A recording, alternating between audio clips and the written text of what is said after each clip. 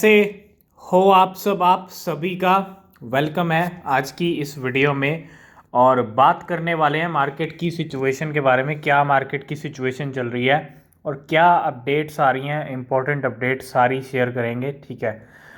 उससे पहले अगर मार्केट देखोगे तो रेड रेड रेड जो है हमको देखने को मिल रहा है मार्केट के अंदर, और कोई भी यहाँ पे ग्रीन सिग्नल नहीं देखने को मिल रहा। मतलब कुछ कॉइन्स हैं जो काफ़ी अच्छा पंप कर रहे हैं।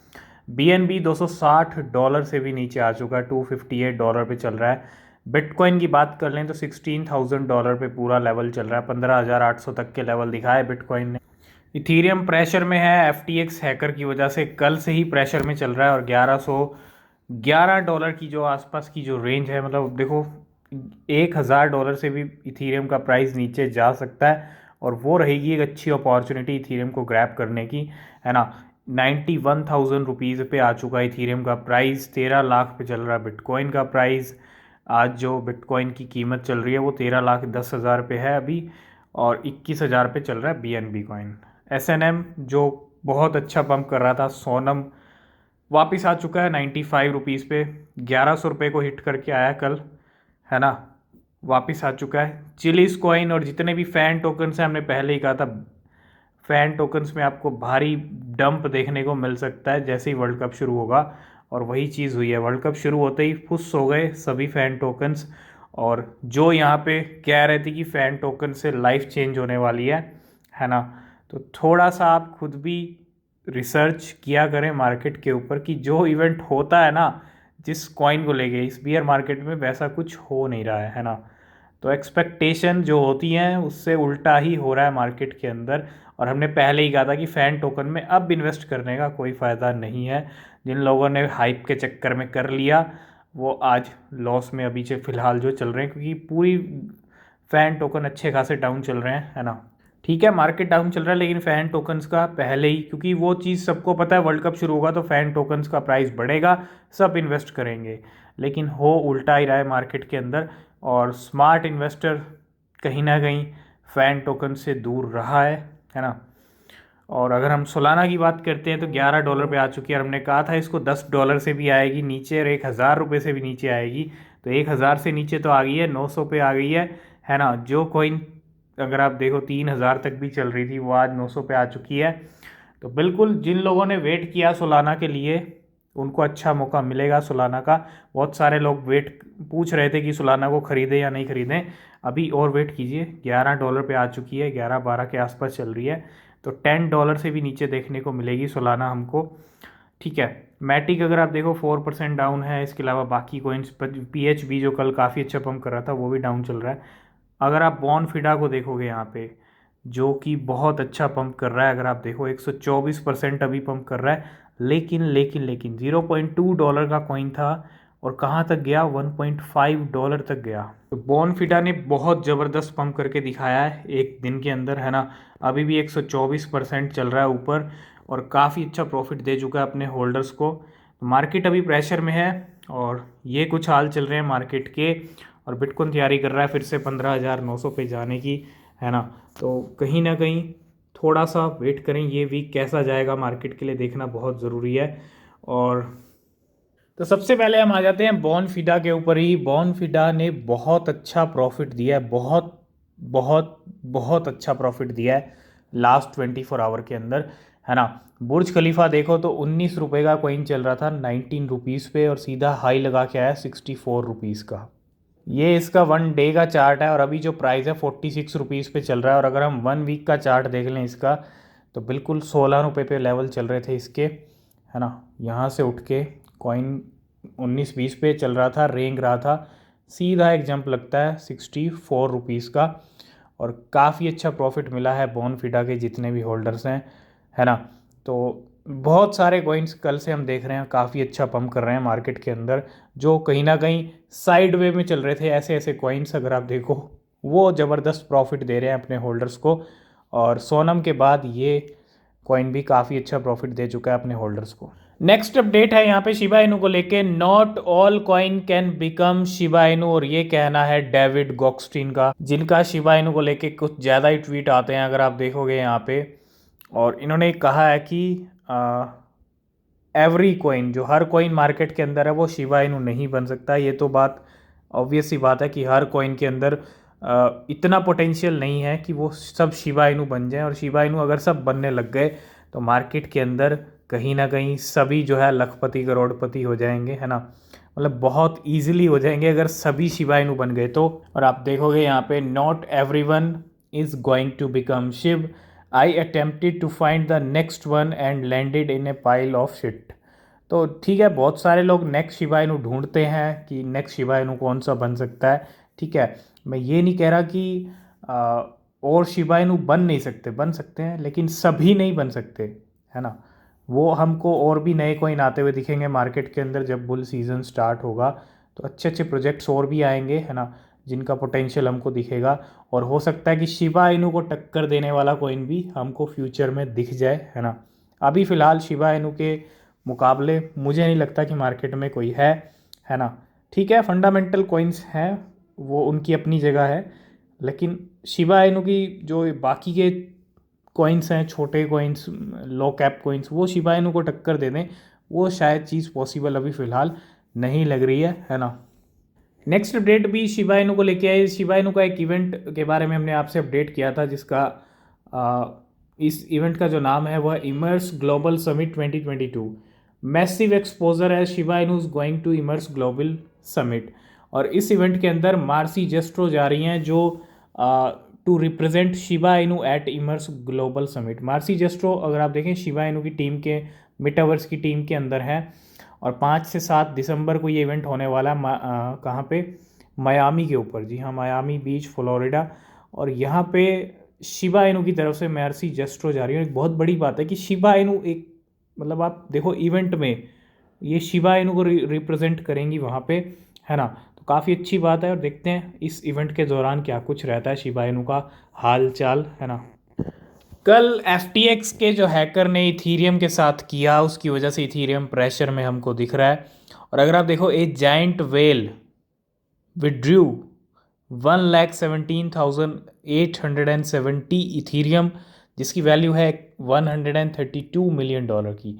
मतलब 1,17,000 जो इथीरियम है वो यहाँ पे विड्रॉ किए हैं फ्रॉम बिटफिनेक्स से लेके, एंड डिपॉजिटेड इनटू आवे।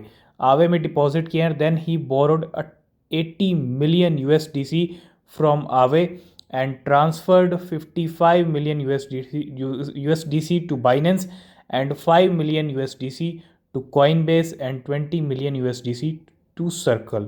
इतना बड़ा गेम हो गया, मतलब मार्केट में एक बड़ी वेल ने यहाँ पे जो है आप देखो कितना कुछ कर दिया है।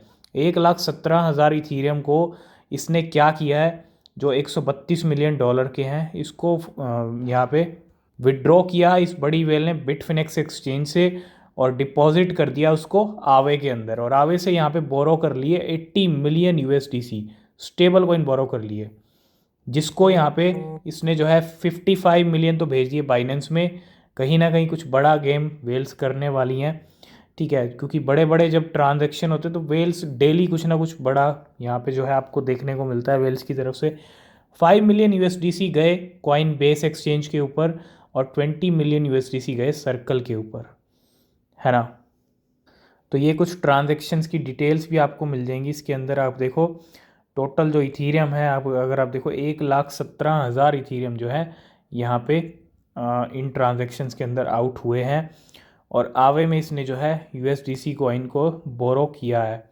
ये सारी चीज़ें हुई हैं इथीरियम के साथ। और इथीरियम का प्राइस काफ़ी अच्छा खासा ड्रॉप हुआ है पिछले 24 घंटे में। जो $1,230-$1,240 पे चल रहा था, वो 1,100 और 1,000 पे जाने की तैयारी अब इथीरियम कर रहा है। नेक्स्ट अपडेट है यहाँ पे JP मॉर्गन की तरफ से। जो बैंकिंग जायंट है JP Morgan, registered trademark for crypto wallet.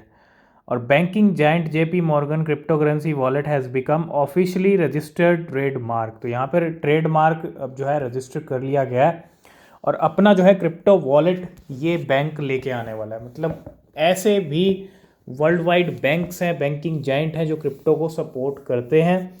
और आप एग्जांपल देख सकते हो, बहुत सारे बैंक्स की हम बात करते हैं, है ना। और JP मॉर्गन भी यहाँ पे फाइल किया है। मतलब क्रिप्टो वॉलेट जो है JP मॉर्गन भी लाने वाला है और हो सकता है कि 2023 में आपको देखने को मिल जाए। तो इन दिनों बिटकॉइन डेड बहुत सुनने को मिल रहा है ना। और BTC हैज़ डाइड 466 टाइम और 2 more death calls added to the bitcoin obituaries list after FTX collapse. तो यहाँ पे जो है अब FTX कोलैप्स के बाद बिटकॉइन के जो डेड होने के यहाँ पे जो अपडेट्स हैं वो और भी ज़्यादा आने लगी हैं। और just before the FTX कोलैप bitcoin was trading above $20,000 के जोन। और अगर आप देखो 21,000 पे तो हम चल ही रहे थे, है ना।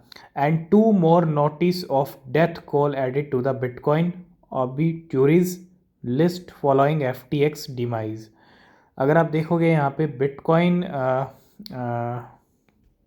2010 से ये सिलसिला चलता आ रहा है ना, जब बिटकॉइन को डेड कहना शुरू किया था। और अगर आप देखो 22 bitcoin obituaries have been added this year, और which is more than 2010, 2011, 2012, 2013, 2020 in terms of deaths per year. तो अगर आप देखोगे यहाँ पे जो है 2022 की बात कर लें तो यहाँ पे तो बिल्कुल यहाँ पे 2 बार डेड कह दिया है। पहला कहा था चेतन भगत, जो एक सबसे बड़े ऑथर हैं, है ना। चेतन भगत ने पहले कहा कि क्रिप्टो इज़ नाउ डेड, है ना। और अब जो है यहाँ पे रैम्प कैपिटल ने भी ट्वीट किया है, और crypto died today, I don't see how it recover from this, है ना। और ये है रैम्प कैपिटल का ट्वीट, आप देखो 10 नवंबर का यही ट्वीट है।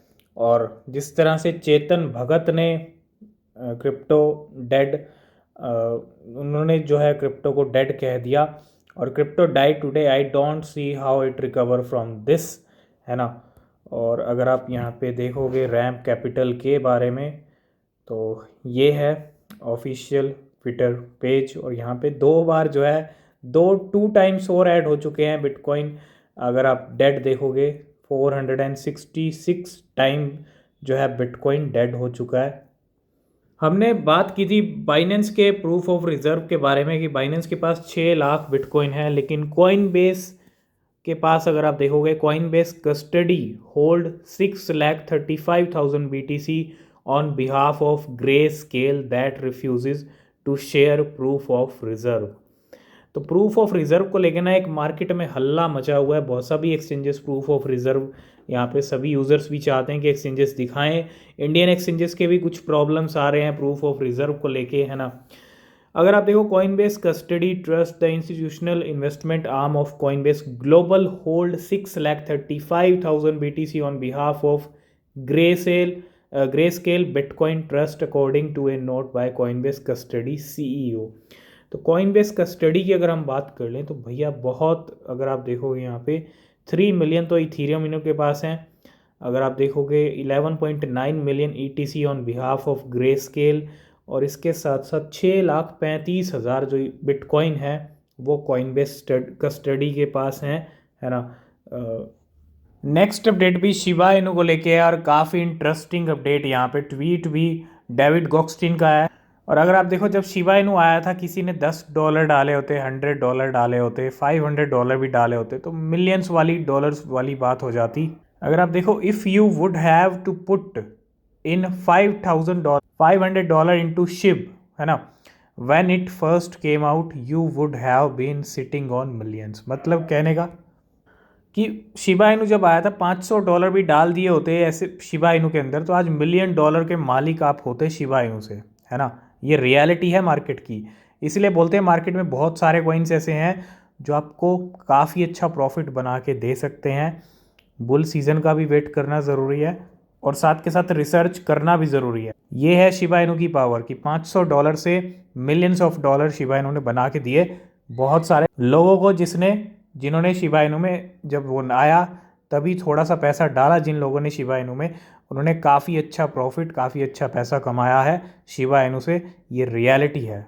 नेक्स्ट अपडेट है बाइनेंस ईजी की तरफ से। बाइनेंस ईजी ने यहाँ पे इंडिया के लिए क्या कहा है, अगर आप देखो Binance CEO, India is not viable for business. मतलब बाइनेंस CEO जो चेंगपेंग जाओ है, CZ has came out and said that he believe India is currently not a viable business environment for his exchange and takes issue with the country's strict tax यहाँ पे अगर आप देखो एक जो हाई टैक्स यहाँ पे बाइनेंस इसी पहले ही बात कर चुके हैं कि वो इंडस्ट्री को ख़त्म कर सकता है, और उसी को देखते हुए बाइनेंस के जो सीईओ है वो कह रहे हैं कि इंडिया उनके हिसाब से अभी उनकी एक्सचेंज के लिए जो है बिजनेस करने के लिए ठीक नहीं है, क्योंकि वहाँ पे जो है हाई टैक्स लगा हुआ है ऑलरेडी 30%, ये कहना है बाइनेंस के सीईओ का, है ना। और इस तरह का स्टेटमेंट उन्होंने दिया है। सब यहाँ पे आपको देखो 30% टैक्स ऑलरेडी लगा हुआ है, 1% TDS भी लगा हुआ है। और इंडिया में अगर उन्होंने पहले ही कहा था कि इंडिया के लिए अभी उनका कोई प्लान नहीं है, उनकी एक्सचेंज के कोई प्लान्स नहीं है। तो आज की इस वीडियो करते हैं यहीं पे एंड। आई होप आप सारी अपडेट समझ गए होंगे। पसंद आई है वीडियो, लाइक शेयर कमेंट ज़रूर कीजिएगा। चैनल को सब्सक्राइब नहीं किया तो कर लेना। किसी भी क्रिप्टो में इन्वेस्ट करो हमेशा अपनी रिसर्च ज़रूर करो। मिलते हैं नेक्स्ट वीडियो में, तब तक के लिए बाय बाय, टेक केयर।